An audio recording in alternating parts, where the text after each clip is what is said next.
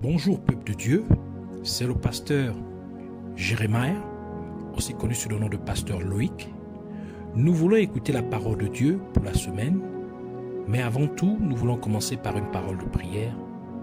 Alors en signe de révérence à notre Père Céleste, à notre Dieu, baissons nos têtes et prions ensemble. Père éternel, Dieu de gloire, Dieu tout-puissant, Dieu de merveille, Dieu de prodige, nous venons te dire merci pour cette nouvelle opportunité que tu nous donnes de pouvoir nous retrouver dans ta présence. Merci pour tout ce que tu as fait tout au long de la semaine jusqu'à cet instant. Merci pour ce que tu as prévu de faire durant ces moments précis. Nous voulons nous recommander, nous abandonner complètement en tes mains, corps, âme et esprit, pensée et cœur, l'air, l'atmosphère, tout autour de nous et en nous, au nom de Jésus-Christ. Nous implorons ta compassion, car tu dis que tu renouvelles tes bontés et tes compassions chaque matin. Alors accorde-nous la portion de bonté et de compassion allouée pour ce jour.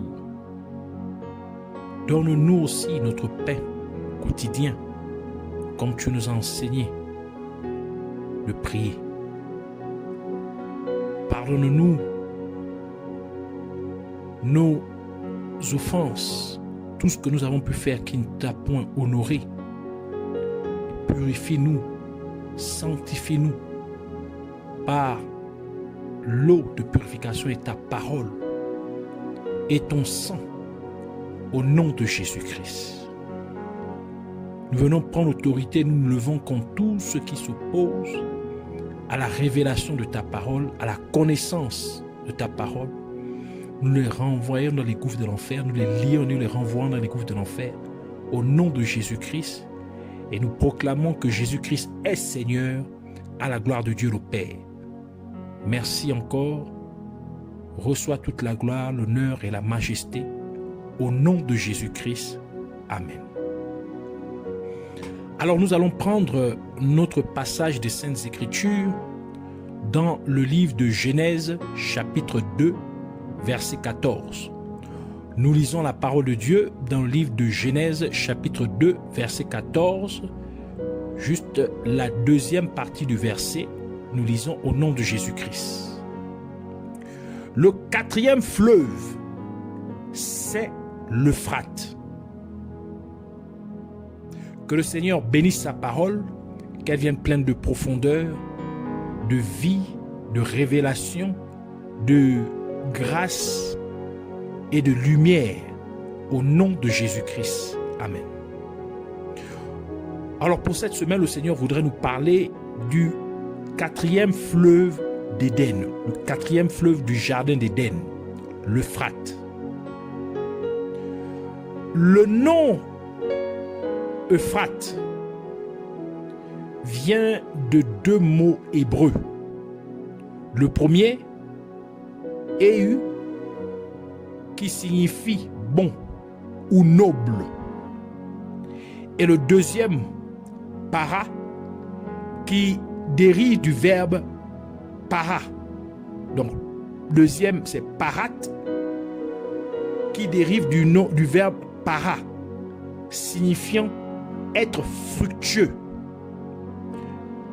Par conséquent, Euphrate signifie bon et fructueux, ou celui qui est bien fructueux. Le fait que le nom Euphrate signifie bon et fructueux, ou celui qui est bien fructueux, cela fait référence aussi à Jésus-Christ en tant que le vrai cep qui rend chaque sarment qui demeure en lui fructueux, tel que Jésus-Christ lui-même l'a déclaré dans Jean chapitre 15, verset 5 qui dit « Je suis le cep, vous êtes les sarments. Celui qui demeure en moi et en qui je demeure porte beaucoup de fruits, car sans moi, vous ne pouvez rien faire. » Verset 7, il ajoute pour dire « Si vous demeurez en moi et que mes paroles demeurent en vous, demandez ce que vous voudrez et cela vous sera accordé. » De plus, le fait que le nom Euphrate signifie bon et fructueux ou celui qui est bien fructueux, cela fait également référence à Jésus-Christ en tant que la parole de Dieu, car Jésus-Christ est en effet la parole de Dieu telle que indiquée dans le livre d'Apocalypse chapitre 19 verset 13, la deuxième partie du verset qui dit « Son nom est la parole de Dieu », faisant référence à Jésus-Christ. Et le livre de Jean le confirme en disant dans Jean chapitre 1 verset 14, il dit « Et la parole a été faite chair et elle a habité parmi nous, pleine de grâce et de vérité. Et nous avons contemplé sa gloire, une gloire comme la gloire du Fils unique venu du Père. » Et cette parole de Dieu, c'est-à-dire Jésus-Christ, est fructueuse chaque fois que Dieu la libère. Et c'est pourquoi le livre de Jean ajoute pour dire que toutes choses ont été faites par la parole de Dieu. Jean chapitre 1, verset 1 à 3 qui dit « Au commencement était la parole, et la parole était avec Dieu, et la parole était Dieu. Elle était au commencement avec Dieu. Toutes choses ont été faites par elle, et rien de ce qui a été fait n'a été fait sans elle. » C'est-à-dire cette parole-là qui est Jésus-Christ. Donc rien n'a été fait sans Jésus-Christ. Toute chose a été faite par Jésus-Christ, qui est la parole de Dieu. Et cela parce qu'il est fructueux. Et Dieu lui-même a ajouté par le prophète Ésaïe que sa parole prospérera partout où il en verra. En d'autres termes, la parole de Dieu sera fructueuse en accomplissant tout le but pour lequel Dieu l'a annoncé ou l'aurait annoncé. Ésaïe chapitre 55 verset 10 à 11 qui dit « Comme la pluie et la neige descendent des cieux et n'y retournent pas sans avoir arrosé, fécondé la terre et fait germer les plantes, sans avoir donné de la semence au semeur et du pain à celui qui mange. Ainsi en est-il de ma parole qui sort de ma bouche. Elle ne retourne point à moi sans effet, sans avoir exécuté ma volonté et accompli mes desseins. » Les trois premiers fleuves du jardin d'Éden se concentraient soit sur une catégorie particulière de personnes, soit sur un mode de vie particulier qui est agréable aux yeux de Dieu. Car le premier fleuve, Pishon, entoure tout le pays d'Avila, ce qui implique qu'il ne cherche qu'à augmenter ceux qui sont devenus des descendants d'Abraham en étant en Jésus-Christ, tel que Dieu nous l'a révélé dans les enseignements précédents. Le deuxième fleuve, Gihon, entoure tout le pays d'Éthiopie. Cela signifie que Gihon se concentre uniquement sur les pacificateurs, ceux qui amènent les gens à être en paix avec Dieu, en les réconciliant avec Dieu le Père, en les conduisant à accepter Jésus-Christ comme leur Sauveur et Seigneur, comme Dieu nous l'a aussi expliqué. Et le troisième fleuve, Hiddekel, va vers l'est de la Syrie. Cela signifie que Hiddekel exhorte les gens à marcher dans la sainteté afin qu'ils puissent retourner au jardin d'Éden et que la gloire de Dieu soit restaurée sur leur vie respective, telle que Dieu nous l'a également mentionné. Mais ce que nous pouvons remarquer avec le quatrième fleuve, c'est-à-dire le fleuve Euphrate, selon la parole de Dieu, le fleuve Euphrate ne se concentre sur aucun peuple, ni ne pointe vers une direction particulière. Cela nous dit donc que le fleuve Euphrate généralise tout le monde. À travers le fleuve Euphrate, Dieu parle à chaque être humain. Il ne fait aucune exception. Et cela peut être bien perçu à travers la signification du nom Euphrate, qui signifie bon et fructueux, ou celui qui est bien fructueux. Car nous pouvons voir qu'après que Dieu eut créé les deux premiers êtres humains, Adam et Ève, Dieu les bénit en déclarant qu'ils soient fructueux.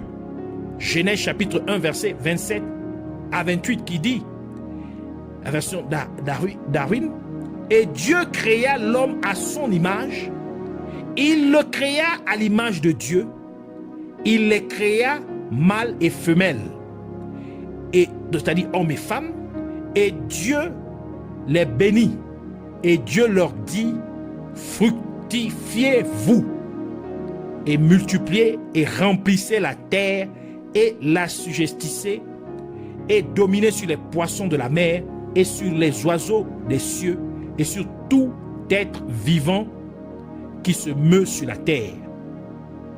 Et encore, Dieu a regardé tout ce qu'il avait créé, y compris les deux seuls êtres humains, Adam et Ève. Et Dieu déclara que c'était très bon, que tout ce qu'il avait créé était très bon. Genèse chapitre 1 verset 31 qui dit, Dieu vit tout ce qu'il avait fait et voici, cela était très bon. Ainsi il y eut un soir et il y eut un matin, ce fut le 6e jour.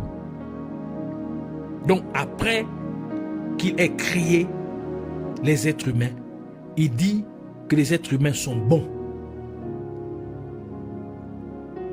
Cela nous dit donc qu'avant que les êtres humains qui étaient représentés par Adam et Ève péchèrent contre Dieu, ils étaient bons et fructueux.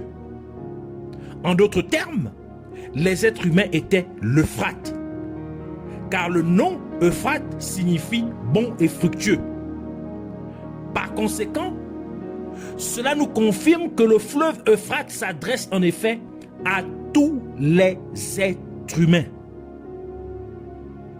Le fleuve Euphrate borde le pays que Dieu a promis de donner à la postérité d'Abraham, tel que la parole de Dieu nous le dit dans Genèse chapitre 15 verset 18 qui dit, en ce jour-là, l'Éternel fit alliance avec Abraham et dit, je donne ce pays à ta postérité depuis le fleuve d'Égypte jusqu'au grand fleuve, au fleuve d'Euphrate. Josué chapitre 1 verset 4 confirme pour dire, vous aurez pour territoire depuis le désert et le Liban jusqu'au grand fleuve, le fleuve de l'Euphrate, tout le pays des Hétiens et jusqu'à la grande mer vers le soleil couchant. Ainsi, par le fait que la terre promise borde le fleuve Euphrate, Dieu n'a pas voulu que le peuple à qui il a donné la terre promise traverse le fleuve Euphrate. Cela signifie que l'Euphrate représente la limite à ne pas franchir par le peuple de Dieu. Et sachant que ceux qui sont en Jésus-Christ sont la postérité d'Abraham, tel que le livre de Galates nous le dit. Donc Galates chapitre 3 verset 29. Il dit, et si vous êtes à Christ, vous êtes donc la postérité d'Abraham, héritier selon la promesse.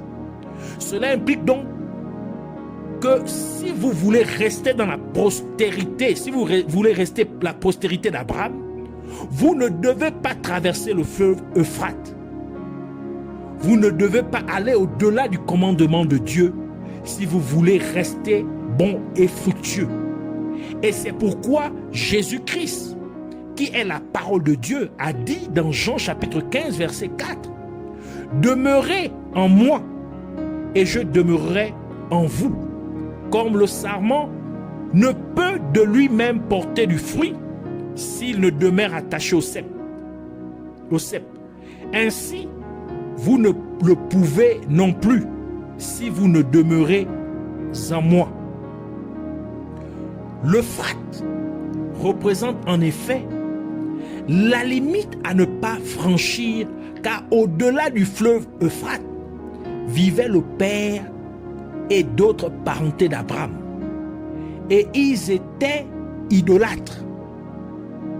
Donc ils adoraient des faux dieux, ce qui n'était pas Dieu. Et c'est pour cette raison que Dieu avait demandé à Abraham de partir et d'aller au pays de Canaan, donc de se séparer de sa famille biologique. Josué chapitre 24 verset 2 à 3 qui dit, Josué dit à tout le peuple, ainsi parle l'Éternel, le Dieu d'Israël, vos pères, Terach, père d'Abraham et père de Nachor, habitaient anciennement de l'autre côté du fleuve. Ici, faisant référence au fleuve Euphrate. Et ils servaient d'autres dieux. Je pris votre père Abraham de l'autre côté du fleuve, donc l'Euphrate, et je lui fis parcourir tout le pays de Canaan. Je multipliais sa postérité et je lui donnais Isaac.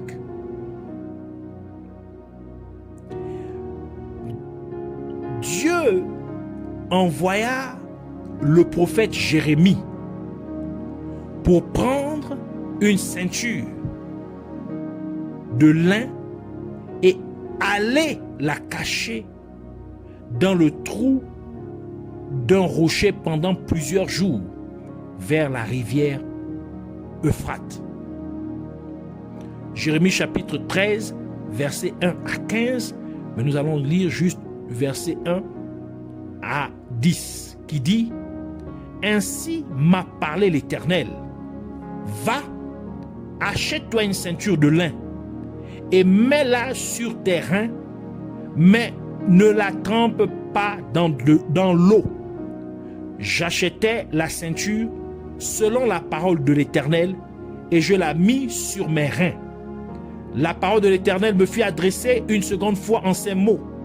Prends la ceinture que tu as achetée et qui est sur tes reins, lève-toi, va vers l'Euphrate et là, cache-la dans la fente d'un rocher.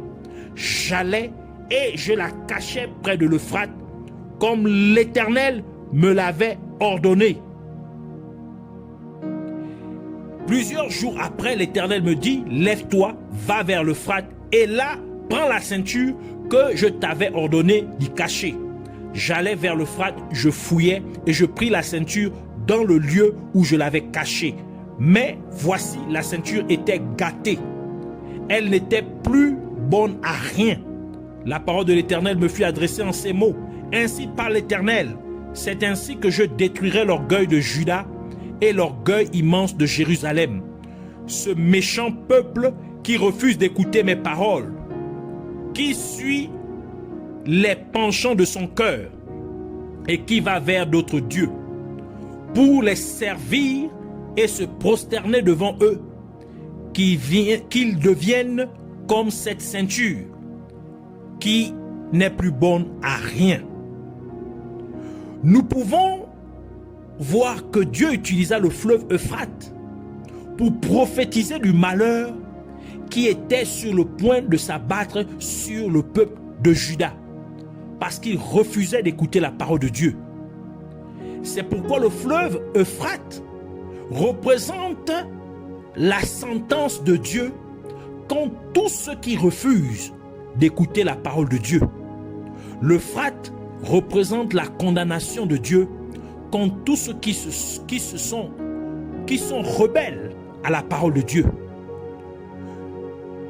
Dieu a demandé au prophète Jérémie de mettre la ceinture de lin autour de ses reins, parce que